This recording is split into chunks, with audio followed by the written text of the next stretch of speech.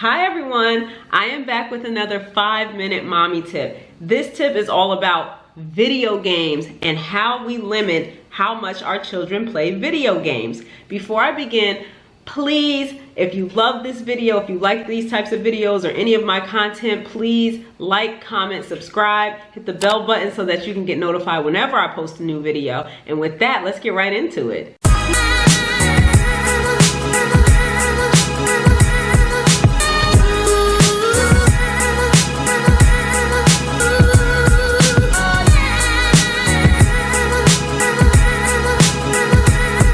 Okay, so video games. How many people's children love to play video games?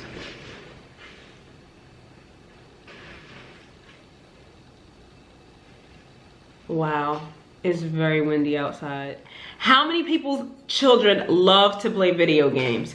My boys love playing video games. They could do it all day. But the thing is, we don't want kids to play video games all day long. So how do you stop your kid from playing video games all day long? For starters, decide how much video game playing is good for you. Do you want them to play 1 hour a day after they finish their homework, after school? Do you want them to only play 2 days a week? Are you only okay with them doing it over the weekend? That's the first thing. Decide how much is okay with you. For us, during the school year, we only let the boys play video games on Friday evening, Saturday, and Sunday. But that comes with the price. They have to earn their video game time. That brings me to my next step. Make your children earn their video game time. We make sure we tell our kids all the time the difference between something being a privilege and being a right. And playing video games just isn't a right. It's a privilege. It's something that we allow them to do. So in our house, they have to earn their video game time. I don't know if you guys have seen my video about stamps and earning stamps. If you have not, check it out. I'm going to plug it up here. Our children have to earn stamps. The way that they earn stamps is by doing educational activities. I don't want to get too much into what the stamp chart is, but just a quick rundown. The stamp chart is filled with educational activities for them to do. So it may be reading, doing a page in their workbook, practicing their Spanish, whatever it might be. My children, in order to get their video game time, they have to earn 15 stamps between Monday and Friday. If they don't have 15 stamps, they are not allowed to play video games. So this goes back to my last video about consistency.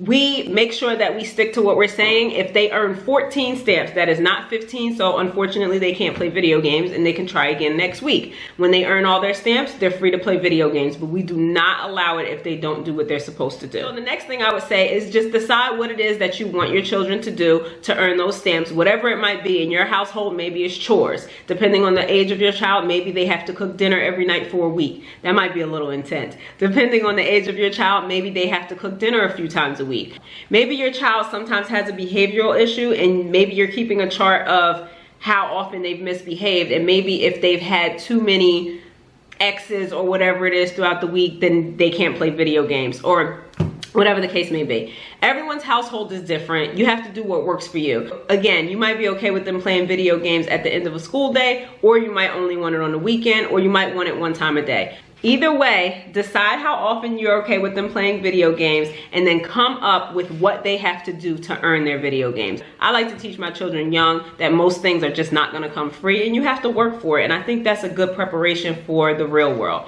I hope that was helpful, especially for those of you who have children who love to play video games day in and day out. Have a blessed day and I'll see you in the next video. Bye.